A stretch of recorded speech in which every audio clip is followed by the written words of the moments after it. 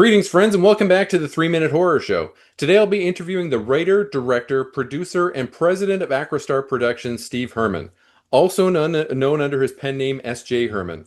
Now, unfortunately, Steve's internet connection is not great, so we're going to not see him today. We're going to be having a little picture of him there, but we are going to hear him.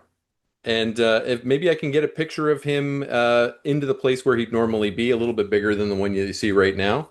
And you can pretend that you're seeing him next to me and not just hearing him. Steve, thank you so much for joining me. Well, thank you for having me. Appreciate it. Glad to be here. Before we get started, would you like to give the audience a little background about yourself?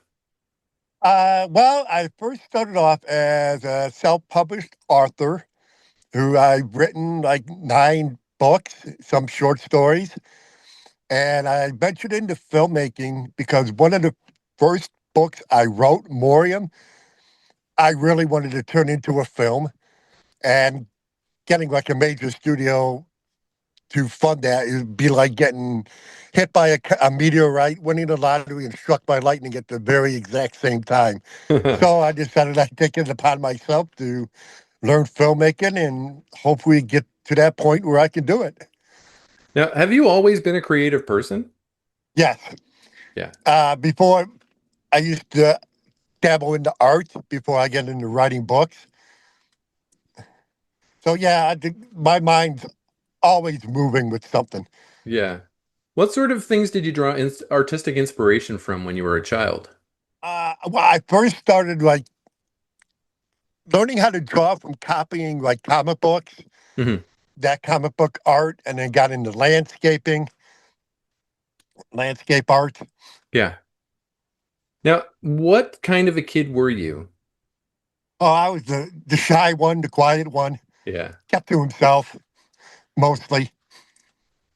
Now, from what I understand, you're an anti-bullying and mental health advocate. Would you like to talk a little bit about that? Yeah, I mean, funny enough, that's like the basis of Morium. Most of that is personal experiences that I went through being bullied in high school, Hmm. which also leads to like mental problems like self harm, stuff like that, depression, self doubt. It all just it's all on top of bullying, and it starts right there. And that really kind of started at a younger age, but really picked up in high school. Hmm. Now, at what point in your life did you know that you wanted to create for a living? Uh, I don't know. I just started drawing, and then I started writing. I mean, I'm a big Star Trek fan, like Yeah. the Next Generation, and I just kind of had this story about something with the Borg, and I just kind of started writing that. I never finished it though, and it's like, you know what? I got this idea about bullied kids in high school who get supernatural powers, or what would they do with it? Would they Hmm. use it for revenge, or would they have moral standards to go, you know what? We had these powers, but it's not right to do that to them. Hmm. Now, you did mention that you're a self-published author. When did you decide that you wanted to take that plunge? Like, what was the catalyst that made you decide that yes, I want to be an author and I want to self-publish? Uh, Again, it goes right back to Morium. I Yeah. just had this one idea in my head, and from that one idea spawned 3 books. And I just kept writing and writing. And I like to think I got better as I went along, but but looking back now at Morium, like in the first book, there was a lot of things I wish I can change, which I probably am going to do when I write the adaptation for the film. Okay. So that one hasn't been adapted yet. It is in the process. Okay. You've written a lot of books and you've made a lot of movies so far. It's very impressive. Yeah, like I said, my mind never sleeps. I mean, most of the almost all those films takes me up to a year to completely flesh out and write. Yeah. So it's not like I'm just throwing them together in 3 months and filming them. Now, what trajectory was your life on before you decided to make a serious go of writing? Just the normal work every day. Like, for me, like 7 to 6 every day, and that was I'm still doing it, Yeah. but filmmaking is my escape into a different reality. Yeah. And plus, you get to be around some fantastic people making films. Now, you're known for your supernatural horror, fantasy, and romance stories. What's your favorite genre to write in? Uh Supernatural because you can write the craziest shit, and it doesn't matter if it's true, if it can happen or not. Yeah. Now, Same with what? horror. Same with Sorry? horror, really. And horror? Yeah.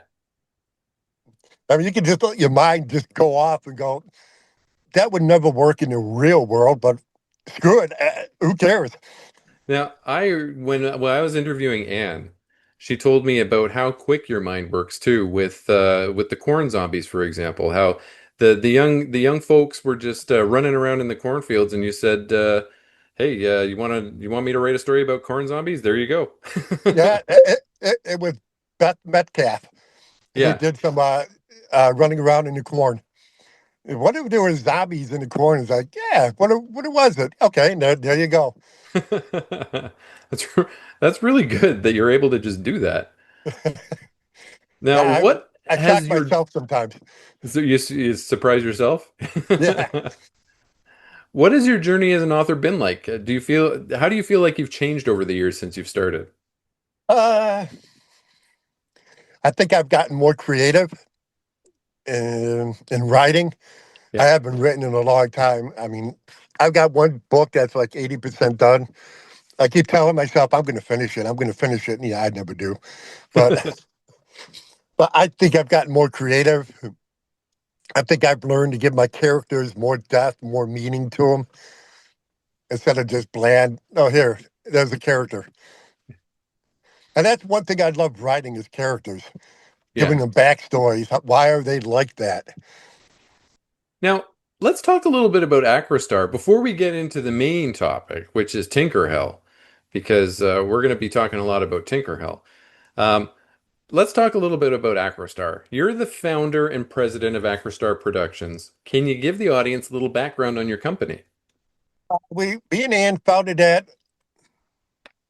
Oh man, I want to say last year, maybe 2 years ago. I don't remember. Okay. Before that, I was just funding it, kickstarting, getting the money and paying it all out. And Ann's like, "Why don't we just start an LLC? That'll be a hell of a lot easier." I was like, "All right, let's go for it." And Aquastar Productions was born. Before it was just Aquastar Films. Okay. Now, I think I read that you've taught yourself the filmmaking process in order to bring your stories to life.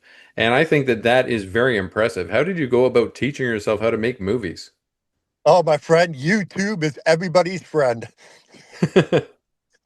And that's basically where I did, and reading, Yeah, but a lot from YouTube.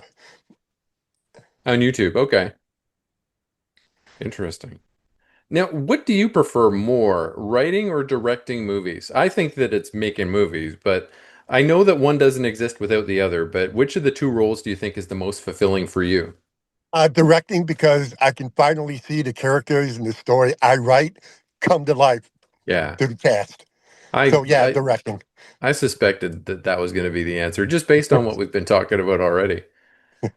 I mean, there's no better feeling in the world seeing something that you wrote play out in front of you.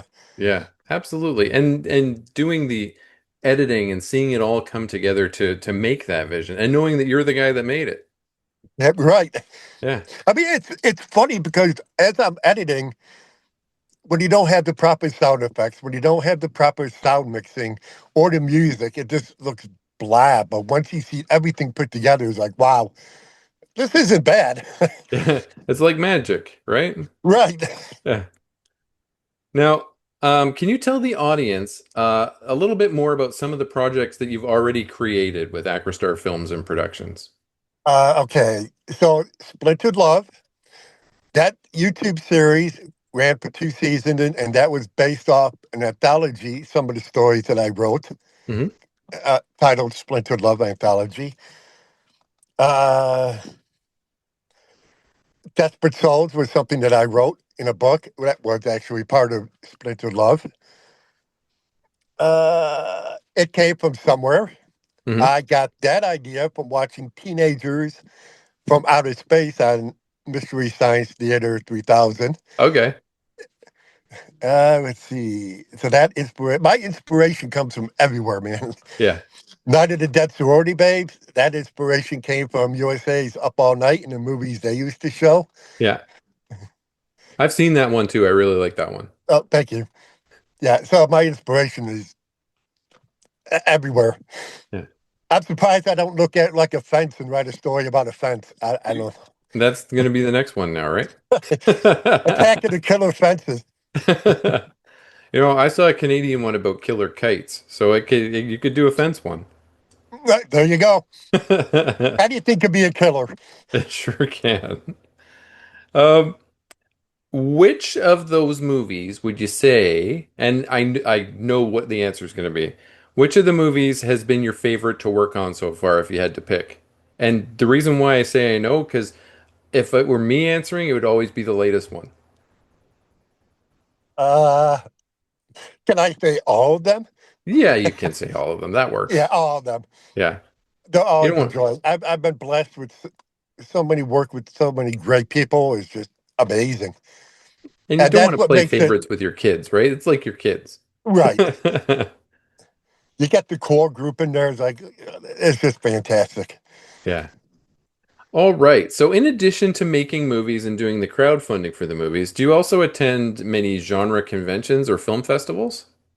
No, unfortunately not. My work kind of has me tied up where I can't. Oh, okay. The So day job. unfortunately, no. All I right. haven't been to a film festival in, oh boy, 3 years. Oh, really? Yeah. Yeah, Well, the way you guys have it set up with your distribution, you don't even really need to, you know? right. Yeah. Yeah, Bayview's been pretty good. They get it out there, and Now, let's talk a little bit about The Legend of Tinkerhell. That's the latest movie that you're working on. In fact, I believe you just finished shooting it. I recently had Mel Heflin, Marcus Cook, and Ann Myrna on the channel, and we were all talking about The Legend of Tinkerhell, but everybody is a little bit restrained in what they can talk about. But you're the boss, so you can talk about whatever you want.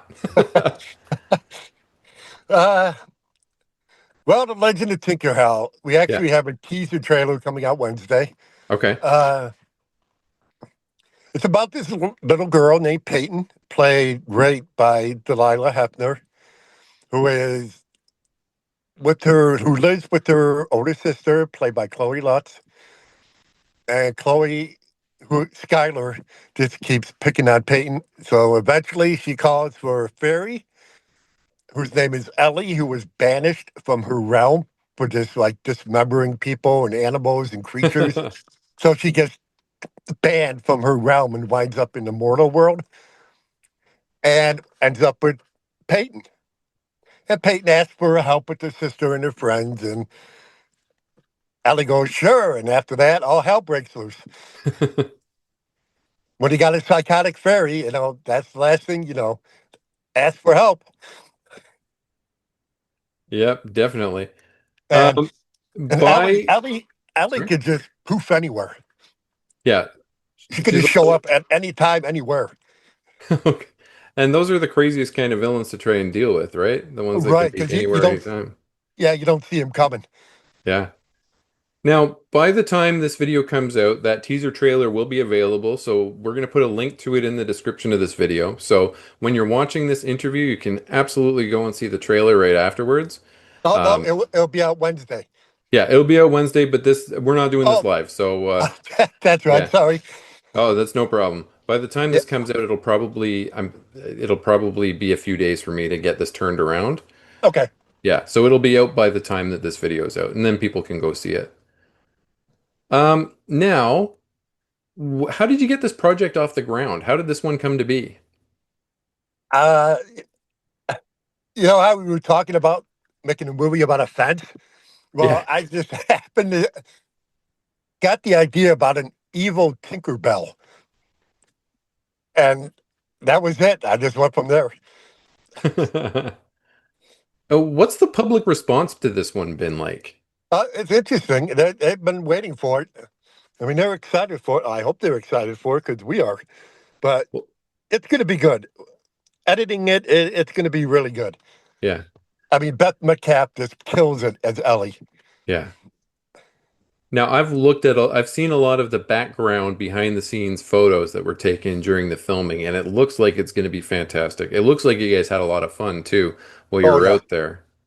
right. And having Marcus on board really Yeah. upped our game as far as visual effects. Yeah. Marcus Cook, guys, people who are watching, Marcus Cook, friend of the channel, we'll link his interview in here too. He's doing the effects for this movie, the visual effects, and he is the master of blood, guts, and gore. And I'll give you one hint. Okay, I'll give you one death in Tinker Hell. He's okay. also the master of exploding boobs. Exploding boobs. Excellent. Yes, Oh man. Oh, so that's an exclusive, everybody. We don't know about yes, it is. exploding boobs until now. When we Yeah. saw that happen, we all died laughing. It was so great. Can people still contribute to the crowdfunder for this one? Yes, yes, they can. I mean, I think we're going to be having props go up soon on Okay. crowdfunder. I think it's crowdfunder with an R instead of an ER. Yeah. And we're gonna link that too. I've got that from the Ann Mirna interview, the crowdfunder for Tinker Hell. So we'll put that back in the description of this video as well. So if you do feel like kicking some bucks towards Tinker Hell or picking up one of the props, you can absolutely do that for the folks at home. So now, from what I understand, Steve, you're eyeballs deep in editing this movie. How's that going? It's going pretty good. I mean, I'm about 20 minutes in, so not bad. Yeah, that's good. I don't know I how mean, long it we takes that. finished up. Sorry?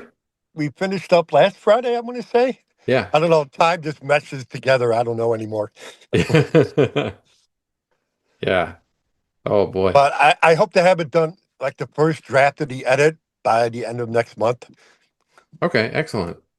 Yeah, I mean, that seems really fast, even for by my standards. But holy smokes, I'm really excited to see it. From everything that Mel has told me, I think that it's going to be fantastic. Yeah, I hope so. And props to Mel and Ann and Marcus for not spilling the guts on that one. Yeah, yeah, exactly. Oh, hang on one second. My phone decided I was talking to you. See, I'm Canadian and I say sorry a lot. Like people make fun of Canadians for saying sorry a lot, but I'll tell you one thing. When you've got an iPhone, every time you say sorry, Siri thinks you're talking to it, and it's really annoying.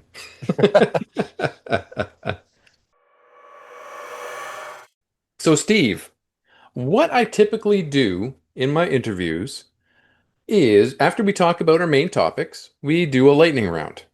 All right. Okay? And so the lightning round is I'm just going to ask you a few quick questions, just answer right off the top of your head, and it should be a lot of fun. And I hope you get a kick out of these questions.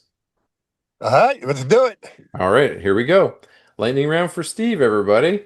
Favorite Universal monster? Dracula.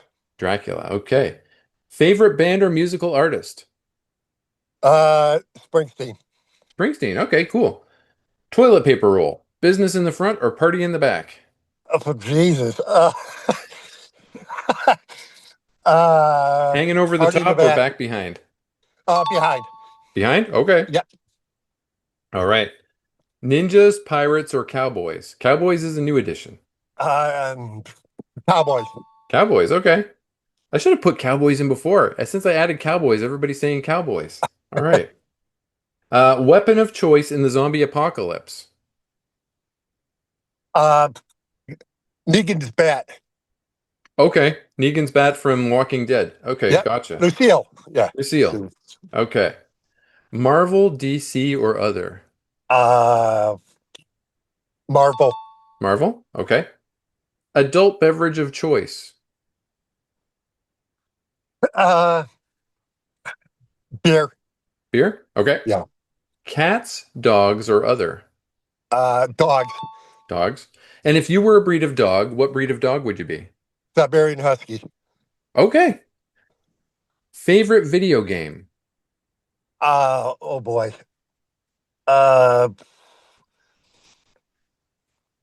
God, there's so many. Top of my head, Mike Yeah. Tyson's Punch Out. Mike Tyson's Punch-Out? Okay. Yep. And is there a game that you're playing now if you play games now? I really don't have time, but if I do have time, it's Planet Coaster. Planet Coaster. Okay. Yeah, I remember that one. Okay. Favorite television show? Battlestar Galactica, the original one back in the 70s. Okay. Yeah, I think that one's the best one too. Okay. And I got one last one for you. All What is right. your what's your favorite snack? Uh, uh, Ice cream. Ice cream. Okay. You survived the lightning round. Congratulations. All right, great, awesome. What do I win? You get an interview, a nice interview with me posted on YouTube for all to enjoy. That's the perfect prize. All right. So apart from Tinker Hell, are there any other upcoming projects that you'd like to tell the audience about? Yes, we are going to start crowdfunding Revenge of the Corn Zombies. Hmm. This will be the last one I make for the Corn Zombies, the third Okay. and final one. And this one's going to be nuts. All hell's going to break loose. Again, we got Marcus on hand for this, so it's going to be Oh great wow. with the visual effects. Yeah. How did scouting out the sanitarium go? Because Anne was talking about you guys were going to go scout out a sanitarium. Yes, the Indiana State Sanatorium, and it Yeah. is creepy as hell. And it's going to make the perfect location for a zombie movie. That is excellent. All right. So that brings us to the end of the interview, Steve. I All want to right. thank you for being here. I'm glad that our timing worked out and we were able to schedule this on relatively short notice. Unfortunately, the last time Steve and I had something set up, Steve had to cancel, but it was good that he did because I was sick as a dog. Let me tell you. And I didn't want to cancel on Steve, but it's a good thing that we needed to reschedule that one. It worked out. Yeah. And I also want to point out that next year it'd be like our biggest year in films because I Okay. am going to adapt Morium, all three books, into three Oh, separate okay. films.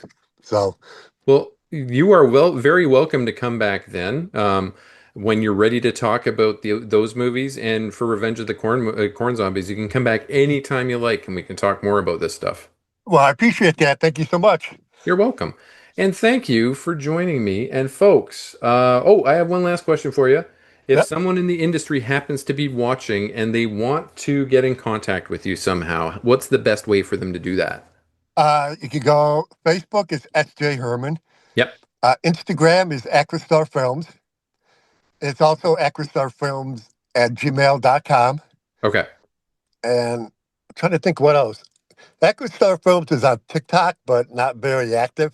Okay. All right. So, Steve, thank you so much for joining me. I will let Oh, you know oh, when oh, this oh. video's. Sorry, go ahead. One more. We do Yes. have an Acrostar Indie Horror Films by Acrostar on Facebook. It's a Facebook group. Yes.